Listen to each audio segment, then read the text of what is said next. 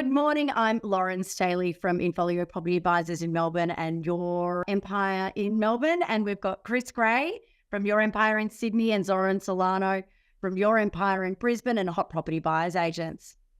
We've actually got quite a bit to cover today. There's a number of things going on in the market. And before we actually go to the CoreLogic data, we've got some hot topics that I think we should tap into. So, Chris, you were talking a little bit about what we need to do with mortgage brokers at the moment, given it's the start of the new financial year. Yeah, so a couple of things, and especially for those people that are self-employed, is quite often you go to your accountant, you get to do all your accounts, you say, minimize my tax, I don't want to pay any tax, and the accountant gives it to you. You then give it to your mortgage broker and you're stuffed, you can't borrow any money. So I always think you should do things in reverse. So go to the mortgage broker, ask them how much money you need to earn in order to refinance or to buy another property, and take that to the accountant to say, this is what I'm trying to head to. Now, it's not about manipulating your accounts, but there's a huge difference between putting an expense or an income in on the 30th of June or the 1st of July, that there is some scope for the accountants to use different accounting methods to choose whether to take a profit or a loss. And so that's all we're doing. So it's more a bit of a tax planning.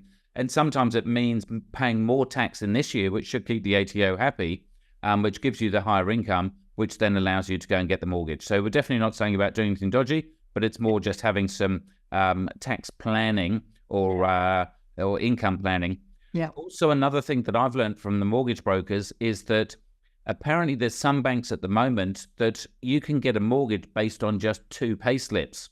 And so, again, even if you're self-employed, sometimes you can then give yourself pay slips as well. If you move yourself to fortnightly pay, that means effectively for the month of July, you could then put in a reasonably high income. And again, this is all about tax planning type stuff. And they'll look at your brought forward balance on your pay slip. But the amazing thing is obviously the 1st of July, that means there's no brought forward. So if you were suddenly paying yourself a lot of money in the first kind of month or few months of the month, then that would show a high income, which is obviously better for a mortgage. So again, the thing is, don't break the law, speak to your accountant, speak to your mortgage brokers, but see how you can plan for things rather than, try and run around and do it afterwards. Yeah.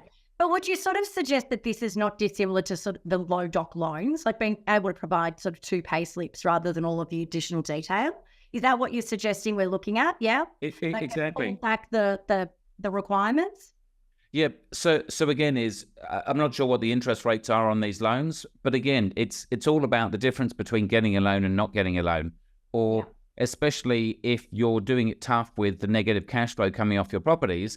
If you can pull some of that equity out to help cash flow the property for the next 1, 2, or 3 years, which enables you to hold the property rather than be a forced seller, then your financial future can be vastly different to what it is if you're then running out of cash and you're a forced seller. So again, it's the difference.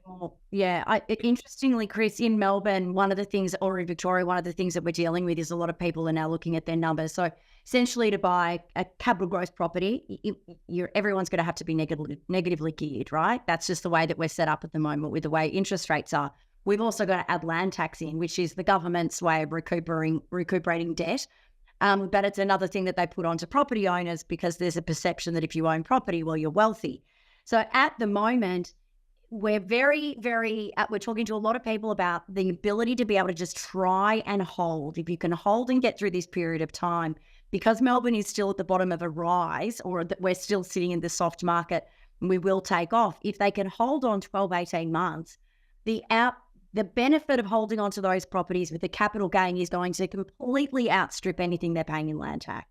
So being able to have these sorts of options available to people, or knowing that they can do it, it is going to be worth a lot more to them in the long run. Yeah. And look, I just did some figures for an existing client wanting to buy more property. And I think we put the rents in. So we did a basic kind of Excel model of putting the rents in at, say, 3.75% rent, maybe 1.25% for expenses, for land tax and property management fees and stuff, and then say 6.5% for a mortgage. And you're basically losing about 2.5% to 3% after tax, which is say 25 or 30 grand. But again, we'll look at the figures from CoreLogic, and if you're still getting 5 or 10% growth, that means you're still actually making money. Sure, the negative emotion about dropping 20 or 30 grand is tough, but ultimately the break-even point is 2 or 3%. So as long as you believe property is going to go up by more than 2 or 3%, and you've got the cash to hold on, it's still well worth doing. Yeah, absolutely. Now, Zoran, we were talking before about all of the southern states moving up to the Goldie at the moment. So tell us what's happening. What are you seeing up there?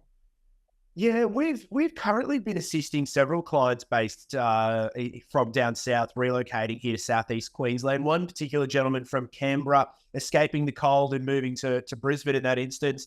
Can't blame him. Got another Canberra client looking to move to the Gold Coast. And what we found on the Gold Coast is a real strength from southern buyers coming up, but local buyers appear to have gone a little bit quiet. The word on the street when we talk to agents is that buyer activity is slightly less than they would usually expect during winter, which is actually surprisingly a busy time of year for them usually. So I think that what we're seeing at the moment is just a little bit of a hiccup in the market at the moment. Brisbane and obviously Southeast Queensland in general has had great growth and benefited greatly in the post-COVID environment, but we might just be seeing that growth plateau a little bit.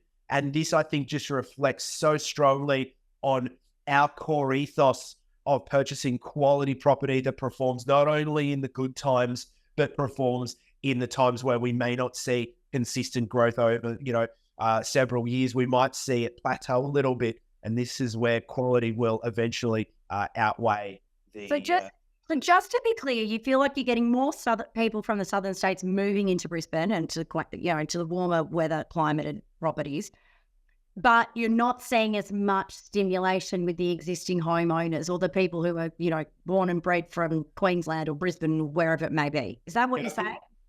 So that kind of just keeping it even?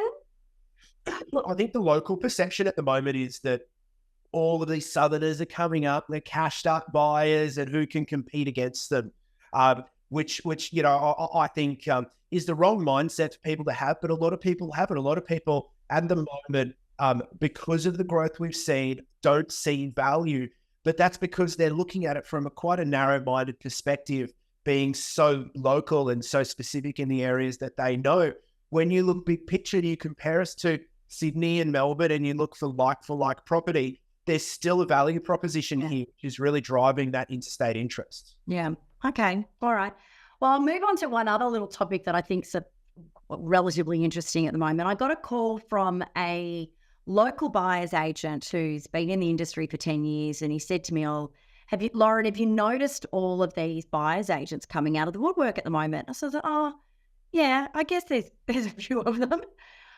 Anyway, he referred me onto a website and an Instagram page, and I won't name names, but there is a chap in Sydney who has got basically, he's doing an online course that is promising loads of quick money, freedom of lifestyle, and everything else you can imagine by becoming a buyer's agent. If you go onto the Instagram page, all you can see is people driving around in Porsches and Maseratis and Lamborghinis, is selling buying properties for people. So then I went down a bit of a rabbit hole with this. So I looked at a couple of the agents. So on the website, it talks about, I was a plumber yesterday and now I'm Victoria's #1 buyer's agent, or, I was a school teacher yesterday and now I'm Sydney's, eastern suburbs #1 buyer's agent. I'll go onto the websites and these guys and girls have got little to no experience whatsoever. So what happens is they get their license the same way the rest of us do. And then they do a 7-week online course about how they're going to become the best buyer's agent in Melbourne. Now, the reason why I'm bringing this up is because this is exactly what we've been trying to avoid in our industry forever. It's exactly the thing that we've had an issue with selling agents. People purporting to be great at what they do with little to no experience, because essentially you don't have to do much to get into our industry. It's the worst thing about it. It is becoming more regulated, but buyer's agency work hasn't been. Up until this point, although we're governed by, in Victoria, the Real Estate Institute of Victoria and the Real Estate Agents Act, you can essentially try and Google a buyer's agent. They will tell you that they are the best in the area, the most prestigious, do the most amount of work. It's all bullshit. It's all lies. But if you don't know the right questions to ask, that's the person that you could get to buy you your single biggest asset. So I'm writing a bit of a blog about this, and I'm going on a bit of a rant because I think it is vitally important that this is brought up to the wider market. You get what you pay for. You pay peanuts, you get monkeys. So when you're interviewing a buyer's agent, one of the key questions you should be asking, A, how long have they been doing it? Have they ever bought a property before? You could be dealing with someone and you're their first client. They've never negotiated real estate before. So how long have they been in the industry? What are their contacts like? What's their fee process like? Have they got anyone that they can refer you to that you can speak to as a past client? Now, everyone's got to start somewhere. So don't get me wrong. Everyone has to start somewhere. But typically speaking, you wouldn't just go out and start your own business and purport to be the best buyer agent. Lauren's on fire today. Lauren's on fire. You would work for someone. You would get experience in the field, and then you might go out into business. So there is more to come on this point. But guys, I open the floor. What are your thoughts on this and what's happening to our industry? Lauren, as the Vice President of REBA, the Buyers Agent Association in Australia, this is something that we've been monitoring for a couple of years now, and it's a very troubling factor. The bar to entry across Australia in real estate is too low. We already know that, and that's frustrating. But what's more concerning is a lot of these buyers agents that you're talking about, they're using loopholes by going to different states with easier bars to entry and using recognition of prior learning or transferring those licenses across. I'm also hearing of license pimping in New South Wales, where they're actually acting under someone else and pimping that license. So there's some really, really scary things. And to be honest, Lauren, just to one of your points, often they're not actually any cheaper. These guys have got the audacity to try and, charge premium fees by giving their social media the illusion and their website the illusion of luxe, feel, and all that sort of stuff when it's all a marketing ploy. And this genuinely concerns me, having been in the industry for over 15 years, going from when Brisbane had maybe 5 or 6 quality buyers agents to now having over 100 on Google that you could search through. It's become somewhat of a saturated market, and it's very, very hard for consumers to determine who is a quality buyer's agent and who isn't. And I think that I'll be eager to read your blog to see what you have to say about it. But I know that as an association, REBA has been at the forefront of trying to combat this and raise the level of professionalism, code of conduct within our industry. Yeah. And look, your empire turned 20 in February, so we've been going since 2004. Obviously, I've lost all my hair over that time. And so whilst that may be a bad thing, hopefully it's a positive that there's lots of experience. But yeah, if you're dealing with a buyer's agent who doesn't wear socks with his suit and his pants don't go down to his shoes, so there's a massive gap, beware. And it's typecast everyone. That is because I know Zoran wears shoes and socks and his trousers go all the way down. Yep. But look, like in any industry, the sales industry, mortgage broking, things like that, there's only a few agents that actually turn over real money. The majority of people might be earning 30 grand, 50 grand, 70 or 80 grand and not making any money. And the reason that's a worry for buyers is it makes them desperate to do deals. Right. And you hear from some of these guys that suddenly they haven't done a deal for 2 or 3 months. They've still got to put food on the table and they need to do a deal. Whether they buy you that property for $1 million or 1.1, they don't really care. But you might have paid an extra 100 grand for it. So it's a very, very hard thing to understand who is actually doing the right thing for you. Yeah. Now, before we go to CoreLogic, I've got one other more topical thing that I think is worth just sort of tabling at the moment. I was watching a buyer's agent do a bit of a spiel on Instagram about how they are getting vendors going directly to them to sell properties, which is great. We have that as well. Occasionally we'll get someone who ring us up and says, look, I'm selling a home. Do you have a buyer who can match it? Now, the reality for my business model is we deal in low volume. So there's very rarely going to be a time where someone rings us up and there's a perfect match because we only deal with a small amount of people.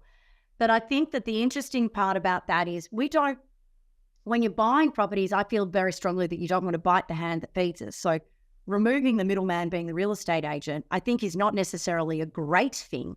We want to be dealing business to business, because part of the reasons our negotiations, I think, fare so well is because we're not dealing with the emotional part of it. The clients are on the outside. We're dealing directly with the real estate agent, and we can be really robust, and our negotiations can be solid and straightforward and less emotive. But the other thing is, when you're dealing, and I don't know whether you guys agree with this, on the occasion where we have dealt directly with a vendor, they don't have anyone anchoring them in that negotiation. So if they have come straight to us with a property that perhaps hasn't been put to market, A, they've had no social proof about what their property's worth, so quite often it's overpriced. And B, they don't have anyone anchoring them through the negotiation. So it can be really bloody painful. Sounds really sexy, it sounds really good, but it's not necessarily the way that it is. Now, again, this is probably more to do with different markets. We deal more in higher priced properties. If it's a lower priced property, then it's likely to be less emotive, I think. There's less on the line. What do you guys think about this? Chris? Yeah, so a lot of the time we prefer dealing with an agent because, as you say, it's someone that wants to get the deal done, and we take the emotion out of the negotiation, which is a good thing. Again, sometimes we get clients or friends ringing us and say, "Oh, you're a buyer's agent. Do you want to buy my property?" And I said, I wouldn't be selling it to a buyer's agent. If you want top dollar, I'll be taking it to auction. I'd be doing a full campaign, choosing the best agent, paying 2% versus the cheapest agent not going to auction, because you're leaving money on the table. And so we say it all the time. That's why in Sydney, we rarely go to auction, because you pay too much. So if you're selling, go to auction and sell it to a buyer's agent. So, yeah. Couldn't agree more. Yeah, classic thing.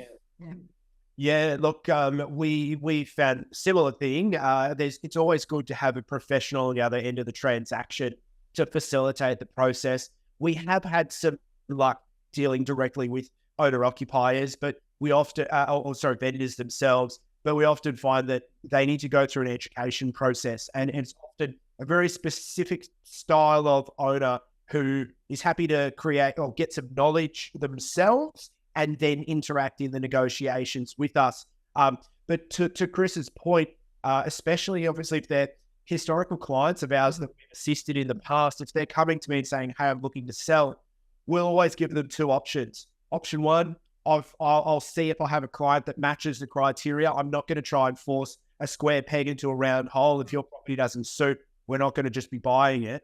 But reversely, here's our vendor advocacy service where we can assist you in interviewing and shortlisting the ideal real estate agent to maximize your result in an on-market environment, helping with property preparation, marketing, and all those sort of things, but still maintaining our independence as a buyer's agent and a property consultant through that process. So I think this is where clients, by building a relationship with people like us, they can truly get that independent advice to guide them through these sort of decisions. Couldn't agree more. Some good meaty topics there, guys. Now, let's look at the CoreLogic numbers. Chris, would you be able to share those with us? Yep. So it should be up on your screen now. Those on a mobile, I'll just talk you through the numbers in case they're too small to read. Sydney up 0.5% for the month, 1.1% for the quarter, 6.3% annually. Melbourne down 0.2% for the month, down 0.6 for the quarter, but up 1.3 for the annual. And Brisbane up 1.2 for the month, 3.7 for the quarter, and a whopping 15.8% for the annual. And across the whole of the nation, up 0.7% for the month, 1.8 for the quarter, and 8% annually. So generally the market, it's still continuing to rise. Again, we always say these are average numbers. And so some of these areas where you've got massive brand new developments that no one's buying, maybe they're dropping prices, but in the blue chip areas around the median price, they are actually rising, and that gives you a balance of zero or something. So again, I think in all our markets, we've always said it. We've said it for 20 years. The market still keeps moving in those short supply, high demand areas. Absolutely. Great. Thanks for sharing that, Chris. Now, I think that's about a wrap for the month, isn't it? Anyone else got anything they want to add to the table of discussion while we're here? No? Again, the main thing is just taking action. Take action. It's the same every month, and people still come back after a year saying I should have made a move last year. Well, this is what we're trying to tell you. Couldn't agree more. Look, I mean, I think in particular for Melbourne, obviously I'm a passionate Melbourne person and Victorian property market. There's nothing clearer than the fact that we are still sitting too low for where we should be. The uprise is going to come. Unfortunately, everyone follows suit. And at the moment, I think people are going to miss the boat if we look at immigration and what's about to happen. We don't have enough housing to accommodate the people coming into Victoria. So the renters will move into the first home buyer market. The immigrants will move into the rental market, and then it's all going to push things upwards. So if you want to buy well in Melbourne, now's the time to do it. Anyway, that's it for me. I'm Lauren Staley, Infolio Property Advisors in Melbourne. Chris Grave, Your Empire Buyers Agency in Sydney, and Zoran Solano, Hot Property Buyers Agents in Brisbane. Thanks, guys. Thanks, team.